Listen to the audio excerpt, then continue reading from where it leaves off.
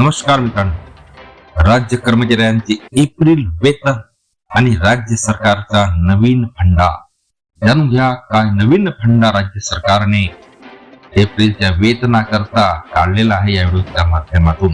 त्याकरता व्हिडिओ शेवटपर्यंत पहा. चॅनलला आपण अजूनपर्यंत सबस्क्राईब केलं नसेल तर नवीन अपडेट मिळवण्याकरता आपल्या चॅनलला सबस्क्राईब करा, व्हिडिओला लाईक करा आणि ही मोठी बातमी आपल्या मित्र व परिवाराला सुद्धा शेअर करायला विसरू नका.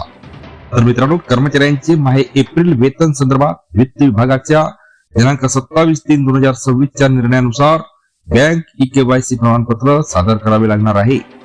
याकरिता कर्मचाऱ्यांनी आपल्या सॅलरी बँक खात्याशी आधार केवायसी प्रक्रिया पूर्ण करावी लागणार आहे व बँकेमार्फत ई-केवायसी पूर्ण केल्याचे प्रमाणपत्र आपल्या आहार व संवितरण अधिकाऱ्यांकडे सादर करावे लागणार आहे.